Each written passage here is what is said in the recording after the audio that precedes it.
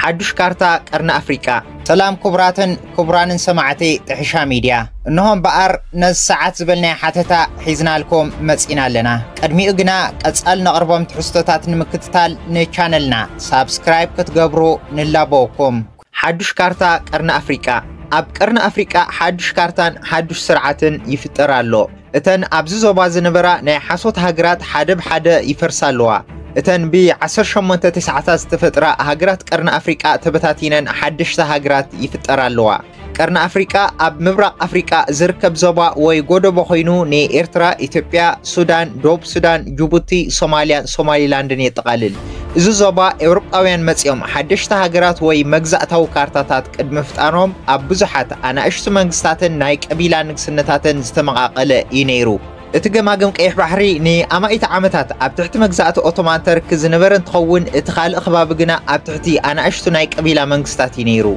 قدم مغزات طليان ممصو حزب تگرينيا اب تحت هاصي يوحنس ناي غزا رؤس منغستن هاجر منغستن نيرو اتا هاجر منغست دما نزي ناي حج ايرترا تگراين بمطون دما مبرق سودانن سميناو خفال عفار ناي ايثيوبيان تتقلل نيرا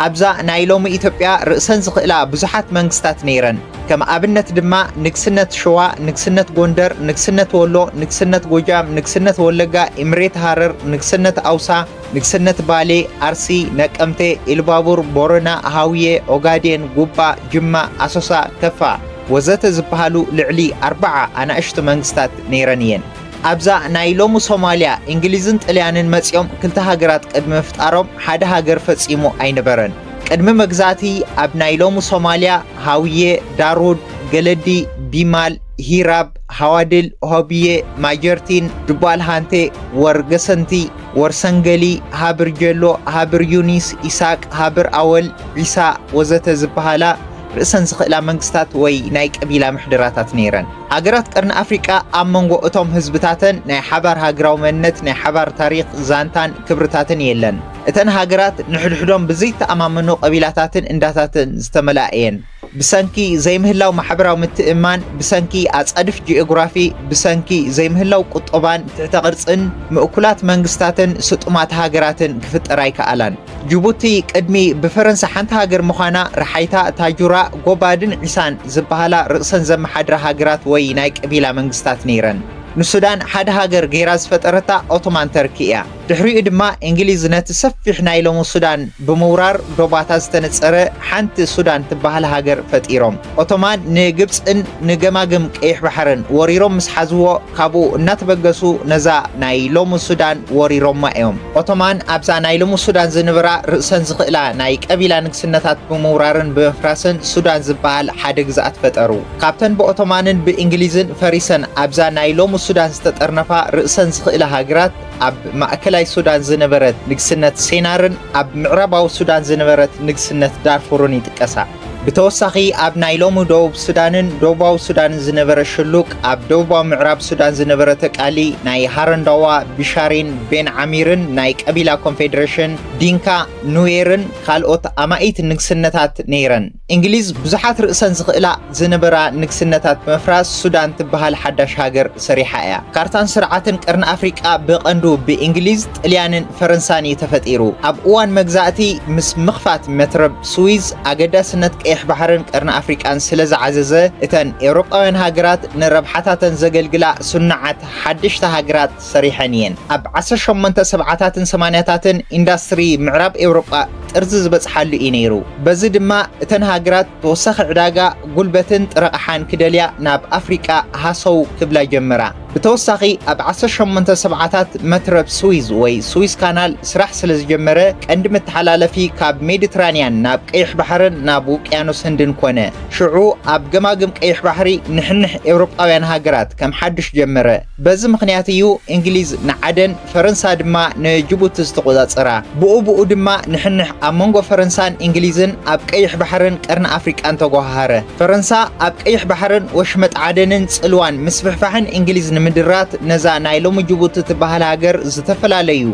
ناي قبيلا محدراتات مفراس كم غزاتا فطرتا قدمي كم حنت غزات ممسراتا جيبوتي حنت منغستي ويون هاجر كوينا يتفلطن فرنسا نجيبوت زفطرتا اب تخباب زنبرو ناي عفارن صومالن قبيلاتات ناب حاد بمطرنافيو ኢትዮጵያ ቅድሚ 1890 ሓንቲ ሃገር ኮይና ኣይትፈልጥን ኢትዮጵያ ቅድሚ ሓንቲ ሃገር ምዃና ኣብ ውሽጣ ብዙሓት መንግስታት ነይሮም ኢትዮጵያ በሓገዝ ጣልያን እንግሊዝን ፈረንሳን እያ ተፈጢራ ረብሓና ይዘን ሃገራት ከተገልግል ተፈጥረት ኢትዮጵያ ካብ ጣልያን እንግሊዝን ፈረንሳን ዘይተኣደነ ሓገዝ ረኺባ እያ ኢትዮጵያ ቅድሚ ኣብ 1890ታት ሃገር ምዃና ኣብ ውሽጣ ከም ትግራይ ቤገምድር ጎጃም ሸዋ ወላይታ ጅማ ሃረር ወዘተ ርእሰን ዝኽእላ መንግስታት ነይረን ጣልያን ንመሬት ትግርኛ ክወርር ስለዘይከኣለ ንህዝቢ ትግርኛ ከዳኸምን ክመቃቅልን ብድሕሪት ምስ ንጉስ ሚኒሊክ ናይ ሸዋ ክሰርሕ ጀመረ ፈረንሳ ድማ ጽልዋ እታ መናሓንሕታ ዝኾነት እንግሊዝን ተሓጋገዚታ ጣልያንን ኣብ ልዕሊ ሚኒሊክ ይዓዝዝ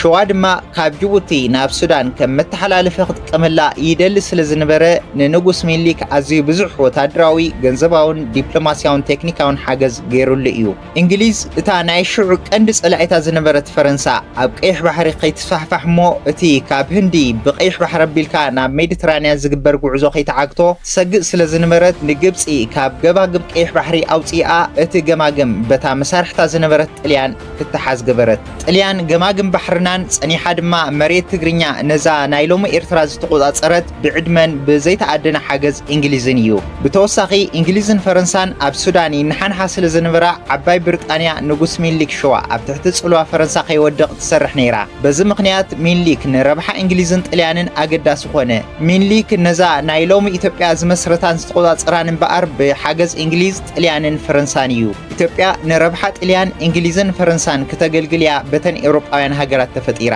ቅድሚ 1890ታት ኢትዮጵያ ትበሃል ወይ ብኻልእ ሽም ትፍለጥ ሃገር ኣይነበረትን ቅድሚ መግዛእቲ ኤውሮጳውያን ወይ ቅድሚ 1880ታት ሶማልያን ሶማሊላንድን ዝበሃል ሃገራት ኣይነበራን እንግሊዝ ነተን ኣብቲ ከባቢ ዝነበራ ናይ ቀቢላ መንግስታት ብምፍራስን ናብ ሓደ ብምጥርናፍን እያ ነዛ ሎሚ ሶማሊላንድ ተባሂላ ትፍለጥ ሃገር ኣብ 1884 ዝፈጠረታ ጣልያን ድማ ብዙሓት ርእሰን ዝኽእላ ናይ ቀቢላ መንግስታት ወይ ምሕደራታት ብምፍራስ ነዛ ናይ ሎሚ ሶማልያ ትባሃል ሃገር ኣብ 1889 መስረተታ ኩለን ሃገራት ቀርኒ ኣፍሪቃ ብኤውሮጳውያን ገዛእቲ እየን ተፈጢረን እተን ሃገራት ረብሓ ገዛእቲ ኤውሮጳውያን ከገልግላ ዝተመስረታ ኮይነን ክሳዕ ሕጂ ሃገር ኮይነን ክቕጽላ ጸንሓ ብኤውሮጳን ኣሜሪካን ብዝግበረለን ረድኤትን ጽዑቕ ክንክንን እዩ ሱዳን ብእንግሊዝ ደቡብ ሱዳን ብእንግሊዝ ኢትዮጵያ ብጣልያን ብእንግሊዝን ፈረንሳን ሶማሊላንድ ብእንግሊዝ ሶማሊያ ብጣልያን ጅቡቲ ድማ بفرنسا تفتيرن يغصلا نيرنن اتن هاجرات بقدامو حلي سلز تفترا نحد حدهم بزيت تأمامنون زيك أدون أمايت قبيلاتات زملائين زوم قبيلاتات نأمايت عمتات دم كفاسسوس أنحيهم زي ناي قبيلان ندان بزحنت نتن حدشت هاجرات قرن أفريقيا خيقسنا غيروانيو أمونغوتهم قبيلاتاتن انداتاتن زي متأمان سلزلو كتسألو خيناتن عقرقرن نتن هاجرات يهوصن زن هاجرات ناي قص أمدروي جيوغرافي سأقات فترو كليمان بهلن جمالون هاجرات قرن أفريقيا بمدر بدانا تصادف قوتاتن زتمل أصل زخنا كبيد ناي جغرافي ويجس أمدرس أجمالون كما أبنت مبرقون سميناون السودان سوماليا بمولو سوماليلاند جيبوتي مبرقون دبوا مبرقون إثيوبيا مدر بدايو زي تن هاجرات وكل مجب خيفريا تعبر السبت أكيد بخينبرن نحد حدوق كير رقبني جبر زبوت هذه سبز بها زي نبرو جهنميو هاجرات قرن أفريقيا بأتصادفن إنباتاتن استملائين إثيوبيا درجة بمولو مبرقو سوماليلاندن معرباو سودانن أتصادفن قوتاتن ترائيو اتن هاجرات أخل ما يبلنن نمرخب زحلف وي ناب بحر زرخب ربا يبلنن بزم مخنيات دما كاب نقد عالم زتنس ألاين بسانكي اتوم قوتات دما أب مونغو أن نقدي يلن هاجرات قرن أفريقيا أب مدر بدا سلزلوا ناب قنات مدر وي إكواتر قربا سلزلوان أتصادف سلزخونان لمع تحرس مريت يبلنن زحاشو تحرس مريت زلوا سودان كوينا اتلمع مريت أبوشتي سنجرو ربانيل زركبن عزيز أبيبنيو زي أب جماجم ربانيل زركب ناي كلتا كيلومتر صفحات زلوا لمع مريت كاب مريت سودان حمش سمئتاوي زي مل بمخانو أب قطبا سودان زخونة ترجمة يبلون مريت وي حمد قرن أفريقيا بأسيد استبكل سلزخونة نأخل مشو أيقونن نا إثيوبيا مريت بوحج توحوحن ብኣሲድ ዝተበከለን እዩ ደቡብ ሱዳን ሳዕሪ ዝበዝሖ ደረቕ ጎላጎል ኣለዋ እቲ ጎልጎል እኹል ማይ ስለ ዘይረክብ እኽሊ ዘየፍርን ልሙዕነት ዘይብሉን እዩ እቲ ኣብ ሰሜናዊ ሸነኽ እታ ሃገር ዝርከብ ካብ ሩባኒል ማይ ዝረክብ መሬት ድማ ኣዝዩ ረግረግን እኽሊ ዘየብቁልን እዩ ሶማልያ ሶማሊላንድን ጅቡትን ምድረ በዳ ስለ ዝኾነ ተሓራሲ ልሙዕ መሬት የብለንን በዚ ምኽንያት ሃገራት ቀርኒ ኣፍሪቃ እኹል ምግቢ ኣፍርያን እየን ሃገራት ቀርኒ ኣፍሪቃ ጸጋ ተፈጥሮ ዘይብለን ኣብ ርእሲ ምዃነን ብክሊማዊ ጸገማት ይጥቃዓ እየን እተን ሃገራት ዝኾነ ጸጋ ተፈጥሮ ማለት እውን ነዳዲ መዓድን መሬት እጽዋት ወዘተ የብለንን እተን ሃገራት በብ10 ዓመቱ ዝመጽእ ሓያል ድርቂ የጥቅዕን እኹል ዝናብ ድማ ኣይረኽባን ጎቦታት ስለ ዘለዎ ማእከላዊ ኢትዮጵያ ጥራይ እዩ መጠናዊ ዝናብ ዝረክብ ግናኸ እቲ ከባቢ ኣጻድፍን ጀቕጀቕን ስለ ዝኾነ እቲ ዝናብ ረብሓ ይብሉን እቲ ካልእ ጸገም ቀርኒ ኣፍሪቃ ናይ ባህሊ ሽግር እዩ ብጀካ ህዝቢ ትግርኛ ኣብ ቀርኒ ኣፍሪቃ ዘሎ ህዝቢ ገና ናብ ብሄር ዘይዓበየ ብኣሽሓት ቀቢላታትን እንዳታትን ዝተወደበ ድሑር ባህሊ ዘለዎ ናይ ስራሕ ባህሊ ዘይብሉ ዘይሰልጠነ ሰበኽሳግምን ካብ ዓለም ኣዝዩ ዝተነጸለን እዩ ህዝቢ ትግርኛ ናይ ኣሽሓት ዓመታት ታሪኽ ዘለዎ ቅድሚ 3000 ዓመታት ኣትሒዙ ምስ ዓለም ንግዲ ዝጀመረ ንሕድሕዱ ምትእምማንን ስጡም ውዳብን ዘለዎ ናይ ስራሕ ባህልን ተጸዋርነትን ዘለዎ እዩ ህዝቢ ትግርኛ ናይ ሕርሻ ቁጠባ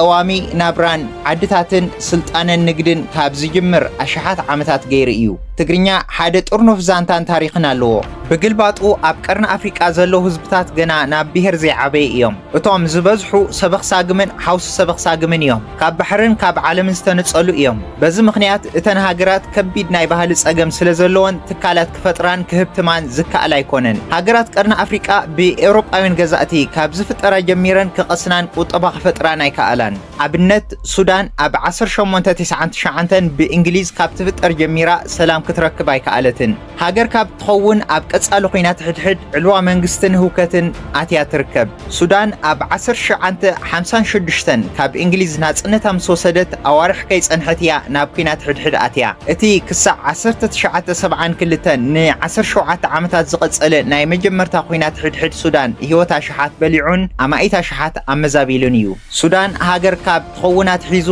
ቁጠባ ክትፈጥር ኣይከኣለትን ኣብ 1950ታት ኣብ ሱዳን ሕማቅ ቁጠባዊ ቅልውላው ተኸሲቱ ኣብታ ሃገር ሓያል ዕግርግር ኮነ እቲ መንግስቲ ድማ ኣዝዩ ተዳኸመ ነዚ ህውከት ስዒቡ ብጀነራል ኢብራሂም ኣቦድ ዝምራሕ ዕልዋ ኣብ 1958 ተገብረ መሊሱ ኣብታ ሃገር ዕግርግር ተላዒሉ እቲ መንግስቲ ኣብ 1964 ወደቐ መሊሱ ኣብታ ሃገር ዕግርግር ተላዒሉ እቲ መንግስቲ ኣብ 1964 ወደቐ ድሕሪዚ ኣብ መንጎ እቶም ቀቢላታትን እንዳታትን ህውከት ቁጠባዊ ቅልውላውን ዘይምርጋእን ሰፈነ እቲ ዕግርግር ስለ ዝቐጸለ እቲ ሃገር ብቕልውላው ትሕቆን ነበረት በዚ ድማ ኣብ 1969 ዕልዋ መንግስቲ ተኻይዱ መንግስቲ ንሜሪ ናብ ስልጣን መጸ ኣብ መንጎዚ ኣብ 1971 ዘይተዓወተ ደማዊ ዕልዋ ተኻይደ ሱዳን ኣብ 1970ታት ብዘስካሕክሕ ድኽነትን ቁጠባዊ ቅልውላውን ትህወጽ ነበረት ነዚ ስዒቡ ድማ ኣብ 1976 ካልእ ዕልዋ መንግስቲ ተገይሩ እዚ ዕልዋ ህውከት ዘሰዓበ እንትኸውን ዘይተዓወተ ነበረ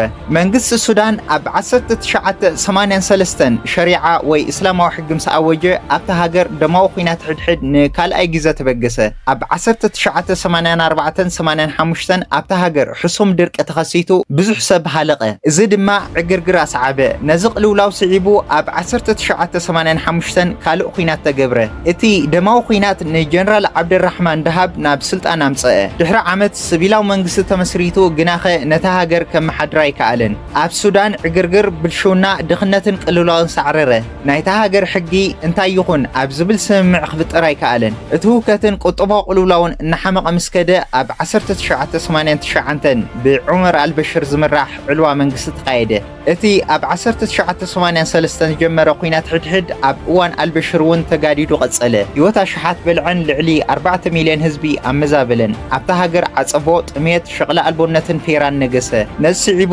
ኣገልግሎት ክንክን ጥዕናን ትምህርትን ደው ኣበለ እዚ ከይኣክል ኣብ 2003 ኣብ ምዕራባዊ ሱዳን ክልላት ዳርፉር ካልእ እምቢታን ኹናትን ተበጋገሰ በዚ እውን ብዙሕ ዕንወት ወረደ ኣብቲ ኹናት ምስ መንግስቲ ዝወገኑ ናይ ዓረብ ምልሻ ጃንጃዊድ ኣዝዩ ብዙሕ ህዝቢ ኣጽኒቶም እዮም ምልሻታት ዓረብ ኣማኢታ ሸሓት ኣመዛበሉ 10ታት ሸሓት ቀተሉ 10ታት ሸሓት ድማ ብጥሜትን ሕማምን ረገፉ ኣብ 2004 ድማ ሱዳን ምስ ቻድ ኹናት ገበረት ኣብ 2019 መንግስቲ ሓሰን አልበሽር ምስ ወደቀ ሱዳን እንሆ ኣብ ኩናት ትርከብ በቲ ኩናት ድማ ብዙሓት ሰባት ይጸንተለው እታ ብኦቶማን ተርክን በእንግሊዝን ተፈጥረት ሱዳን ብኣሽሓት ቀቢላታትን እንዳታትን ዝተመልአት እያ ኣብ ሱዳን ልዕሊ 500 ዓበይቲ ቀቢላታት ኣለው ኣብታ ሃገር ሓደ ዓብላሊ ህዝቢ የለን ዳርጋ ሙሉእ ህዝቢ ሱዳን ኣስላማ እዩ 70% ካብቲ ህዝቢ ቋንቋ ዓረብ ይዛረብ እንተኾነ እቶም ህዝብታት ብቀቢላታትን እንዳታትን ዝተመቃቀሉ ነንሕድሕዶም ዘይተኣማመኑ ናይ ሓባር ዛንታን ታሪኽን ዘይብሎም መዓት ሃይማኖታዊ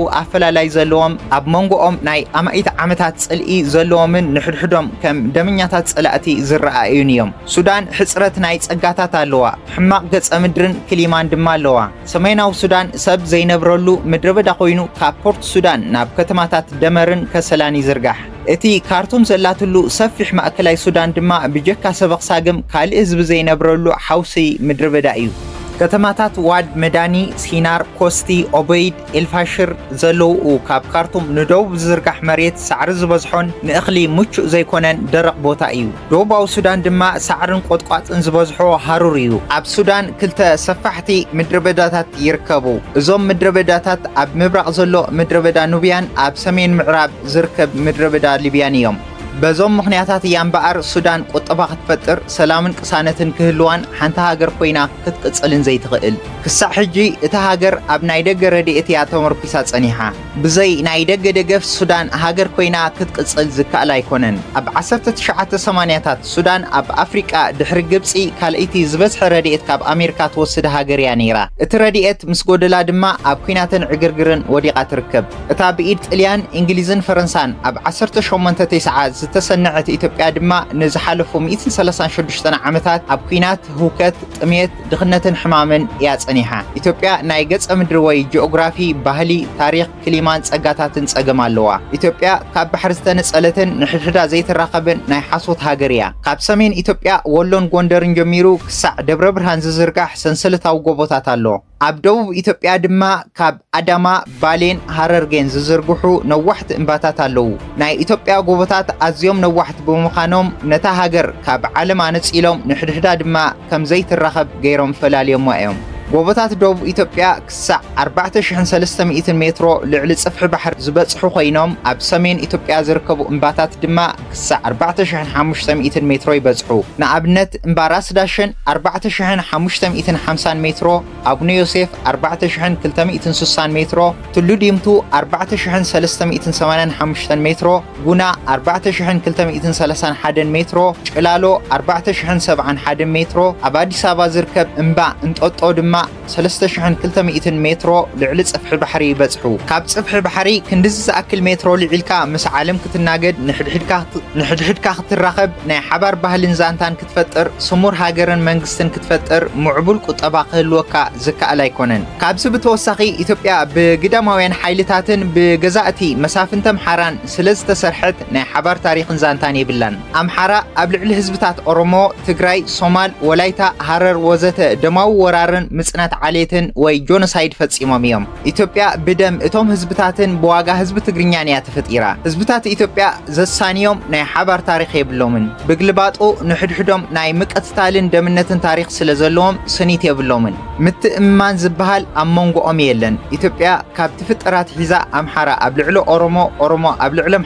ኣምሓራ ኣብ ልዕሊ ትግራይ ክዘምቱን ክትሃናኹቱን እዮም ጸኒሖም ኢትዮጵያ ብኣማኢት ቀቢላታትን እንዳታትን ዝተመልአት ሃገር እያ ብጀካቲ ኣብ ሰሜን ኢትዮጵያ ዝርከብ ህዝቢ ትግርኛ ወይ ህዝቢ ትግራይ ብደረጃ ብሄር ዝተወደበ ህዝቢ የለን ኣምሓራ ቋንቋ ኣምሓርኛ ዝዛርቡ ንሕድሕዶም ዘይተኣማመኑ ኣብ ጥንቁልና ዝኣምኑ ውልቀ ሰባት እዮም ኣብ ኣምሓራ ናይ ቀቢላ ወይ እንዳ ውዳበ የለን ኣምሓራ ኣይ ብሄራይ ቀቢላ ፋሕ ዝበሉ ዘይሰልጠኑ ድሑራት ህዝብታት እዮም ኣምሓራ ናይ ሓባር መንነት ማሕበራዊ ምትእምማን ናይ ሓባር ታሪኽን ዛንታን የብሎምን ህዝብታት ኦሮሞ ብቀቢላታት ዝተወደቡ ኮይኖም ኣብ መንጎኦም ድማ ማሕበራዊ ምትእምማን የብሎምን ኦሮሞ ገና ናብ ብሄር ዘይዓበይን ስጡም ናይ ሓባር ዛንታን ታሪኽን ዘይብሎም እዮም ሶማል ብቀቢላታት ዝተወደቡ እዮም እዞም ህዝብታት ገና ዘይሰልጠኑ ናይ ስራሕ ባህሊ ዘይብሎም ናይ ሓባር መንነትን ክብርታትን ዘይብሎም ንሕድሕዶም ከም ጸላእቲ ዝረኣዩን እዮም ኢትዮጵያ ምስቲ ዘለዋ ናይ ባህሊ ብዙሕነት ሓንቲ ሃገር ክትከውን ፍጹም ዝከኣል ኣይኮነን እታ ሃገር ልሙዕ ሓመን የብላን እኹል መግቢ ክተፍሪ ትኽእልን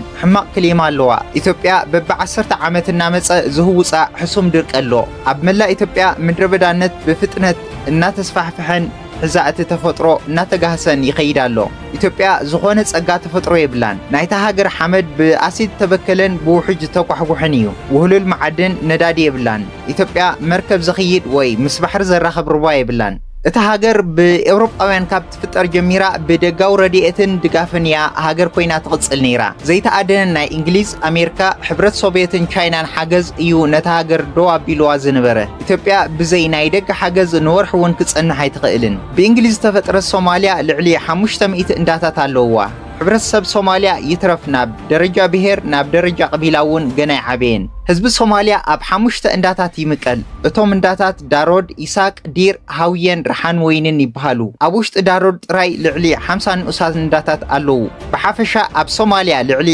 500 ንሓድሕዶም ዘይተኣማመኑ እንዳታት ኣለዉ ናይ ሶማልያ ቀቢላታት ናይ ሓባር ዛንታ የብሎምን እዞም በዓል ዝተወደቡ እንዳታት ንሕድሕዶም ስለ ዘይተኣማመኑ ኩሉ ግዜ ህውከትን ዕግርግርን ኣሎ ፍርቂ ህዝቢ ሶማልያ ሰበኽሳግም ክኸውን ከሎ እቶም 30 ሚእታዊት ድማ ሓውሲ ሰበኽሳግም እዮም ገጸ መሬት ሶማልያ ምድረ በዳን ዝናብ ዘይረክብን እዩ ኣብ ሶማልያ ተሓራስ መሬትን ሕርሻን ዳርጋ የለን ብሳዕርን ማይን ምኽንያት ኣብ መንጎ እቶም እንዳታት ውግእ የጋጥም ሶማልያ ጸጋ ዝበሃል የብላን በዚ ድማ እቶም ንሕድሕዶም ዘይተኣማመኑ እንዳታት ነተን ዝርከበን ናይ ሳዕርን ማይን ጸጋታት ይጣፍኡለን ሶማልያ ሕማቅ ክሊማ ኣለዋ ኩሉ ግዜ ብድርቂ ትጥቃዕ ህዝቢ ሶማልያ ናይ ስራሕ ባህሊ ዘይብሎም ውዳበ ክፈጥሩ ዘይክእሉን ገና ዘይሰልጠኑን እዮም ኣብ መንጎ እቶም እንዳታት ቀጻሊ ንሕንሕን ጎንጽን ብምህላው እታ ሃገር ኣብ ቀዋሚ ዘይምርጋእ ትነብር እታ ብእንግሊዝ ተፈጥረት ሶማሊላንድ ቅድሚ 1880ታት ሓንቲ ሃገር ወይ መንግስቲ ነይራ ይትፈልጥን ሶማሊላንድ ዝኾነ ተሓራስ መሬት ዘይብላ ምድረ በዳን ኣጻድፍን ዝመልኣ ሃገር እያ ኣብ ምብራቕ ሸነኽ እታ ሃገር ካብ ሰሜን ናብ ደቡብ ዝርግሑ ሰንሰለታዊ ጎቦታት ኣለዉ እዞም ከርካርን ኦጎን ዝበሃሉ ጎቦታት ነታ ሃገር ካብ ባሕሪ ነጺሎማ እዮም ሶማሊላንድ ዝኾነ ባህርያዊ ጸጋ የብላን እቲ መሬት በረኻ ኮይኑ ዝናብ ዝበሃል ኣይረክብን ኣብ ሶማሊላንድ ምድረ በዳነት ኣብ ምስፍሕፋሕ ይርከብ ኣብ ገለ ከባብታት ተሃገር ዝነብሩ መጋህጫታትን ሩባታትን ኣብ ምጥፋእን ምንቃጽን ይርከቡ እንግሊዝ ንሶማሊላንድ ከም ሓንቲ ግዝኣታት ስርሓታ ኣብቲ እዋን ዝነበሩ ርእሶም ዝኽእሉ ናይ ቀቢላ ንግስነታት መፍራስን ብዙሓት ቋንቋ ሶማሊ ዝዛረቡ ግና ንሕድሕዶም ዘይተኣማመኑ እንዳታት ብምጥርናፍን እዩ ኣብ ሶማሊላንድ ሰለስተ ዓበይቲ እንዳታት ኣለዉ እቶም እንዳታት ኢሳቅ ዳሩድን ዲርን ኮይኖም ኣብ መንጎኦም ናይ ሓባር ዛንታን ታሪኽን የለን በዚ ድማ ንኣማኢት ዓመታት ዝነሓንሑን ዝዋግኡን ዝነበሩ እንዳታት እዮም ንኣብነት ኣብ መንጎ እንዳታት ኢሳቅን ዳሩድን ከቢድ ውግኣት ተገይሩ እዩ በዚ ዘይምትእማን ምኽንያት ኣብታ ሃገር ጽፉፋት ትካላት ክፍጠሩ ቁጠባ ከምዕብል ሰላምን ቅሳነትን ክነግስ ኣይከኣለን ደቡብ ሱዳን ከም ኣካል ሱዳን ብእንግሊዝያ ተፈጢራ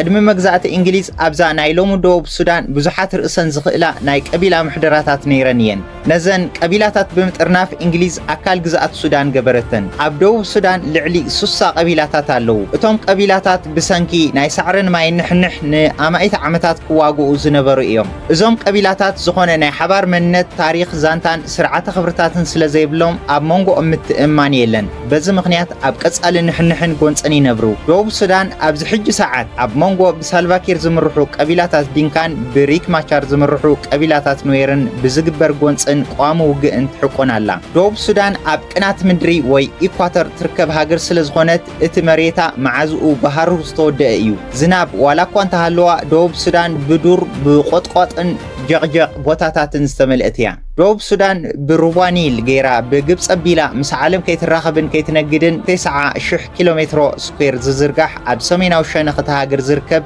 ሱድ ዝበሃል ሰፊሕ ረግረግ ከልኪልዋ እዩ በዚ ምኽንያት እታ ሃገር ቁጠባ ክትፈጥር ሰላምን ቅሳነትን ክትረክብን ውፅኢታውያን ትካላት ክትሃንፅን ኣይከኣለትን እታ ብኤውሮጳውያንን ብኦቶማንን ገዛእቲ ዝተፈጠረት ደቡብ ሱዳን ብዘይ ናይ ደገ ረድኤትን ሓገዝን ሓንቲ ሃገር ኮይና ክትቅጽል ኣይትኽእልን እያ ኣብ 1880ታት ብፈረንሳ ተመስረተት ጅቡቲ ካሊእ ኣብ ቀርኒ ኣፍሪቃ ትርከብ ሃገር እያ ፈረንሳ እቲ ምስ እንግሊዝ ኣብ ቀይሕ ባሕሪ ትገብሮ ዝነበረት ንሕንሕ ስዒቡ ከም መንጠሪ ንኽትጥቀመላ ብዝብል ንጅቡቲ ፈጢራታ ጅቡቲ ኣብ ውሽጣ ብዓሰርተታት ዝቑጸሩ ቋንቋታት ሶማሊን ዓፋርን ዝዛረቡ እንዳታት ኣለውዋ መሬት ጅቡቲ ምድረ በዳ ጥራ እዩ ተሓራሳይ መሬትን ምንጭ ማይን የብላን ኣብ ኣፍደገ ባሕሪ ዘላ ጅቡቲ ነቲ ዘለዋ ናይ ጂኦግራፊ ብልጫ ተጠቂማ ቁጠባ ክትፈጥራ ይከኣለትን ቀንዲ ጸገም ጅቡቲ ባህሊ እዩ እቲ ሃገር ብመግዛእቲ ስለተመስረተት ኣብ ውሽጣ ዘለው ህዝብታት ናይ ሓባር መንነት ታሪኽ ዛንታን ስርዓተ ክብርታትን የብሎምን በዚ ምኽንያት ድማ ንሕድሕዶም ኣይተኣማመኑን ካብ 1991 ክሳዕ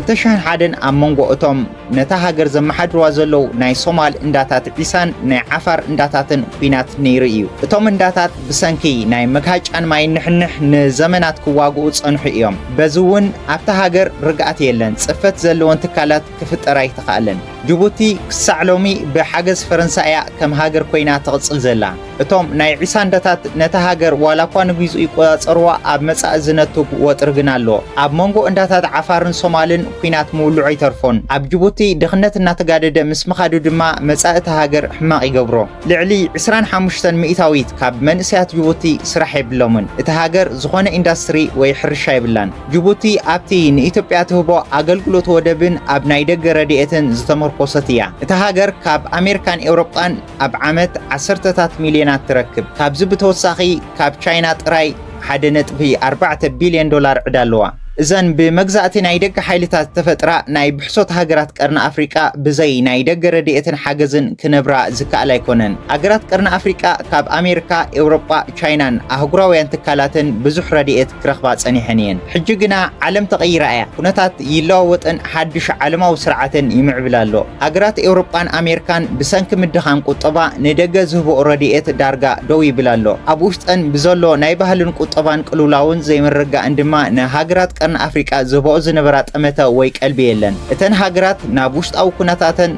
كتوكرا جميرا كاب أفريقيا دما يزلق اللوا أجرات أوروبا أب قطبا وقلولاون دخنتن سلزة أتوا نرسن رديئتي اللينا اللو بسنكن حنح أمريكان تشاينان ناي عالم قطبا يهساني دخمنا اللو بز مخنيات ناي قرن أفريقيا قطبا أزيو كدخميو اتي ناي نقدو خينات أمريكان تشاينان ناي أوروبا أمريكان تشاينان قطبا سلزهاسيو اتن هاجرات نقرن أفريقيا بملك رديئتن بملك لقى حنزهبو حاجز دو كبليو درون أزيوك أنيسولو بتوسخ دما أب أفريقيا نزل على الكويناتن قلولاون دو نبال إيدان كأتوان سعرتات كجبران شوهات الناس أنا يخدالوا كما أبنت أب سودان دماو خوينات إنها تجبرن إيوتا شحات إنها تفقن إتن هاجرات سقيلا يعزبالوا أب تمز حلفو 3 عامتات أب قرن أفريقيا كنكنت عنان عم جاجبان أزي سلز تمحيش بزح حزبي نايزوبا تتوكويسو إيو نأبنت أب 10 شوعتن بزح حزب قرن أفريقيا 13.6 مليون رأي نيرو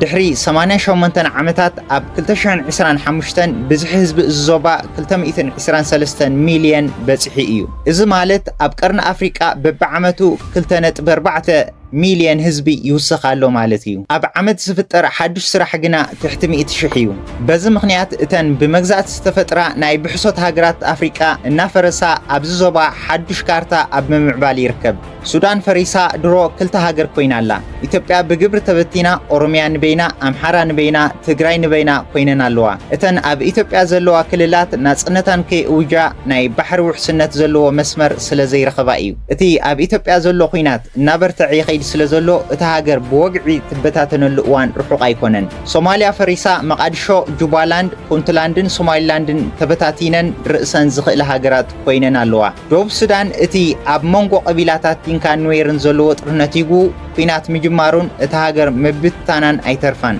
جيبوتي إتي كند من شاتاوي أزخونه ناي إثيوبيا ناي ودب أجلجلوتي قنسن وطبع إثيوبيا يدخل من سلازلو أبتهاجر حدش كوينات مولعو ناي جيزو حطوط رأي بتوسخي كاب هاجرات أوروبا أمريكان تشاينان تروح بحجز يقنسالو من بتان قرن أفريقيا نهزب تجرنيا ورك أو جات أميو هزب تجرنيا تدالين تتصنيحو أبزي حواس موت ربحتها تقول حسن نزسو بعد ما بأمثال خسرحون سعكتو حيليلن كبرات سمعتنا انباركس نزعلت زنبرن حتتا أبزي ودينا لنا كلمة دب حزنا سعن ملسكم سسنايو كتسأل زغرب تحستو كيملتكم من الشانل ناس سبسكرايب غيركم تصبينا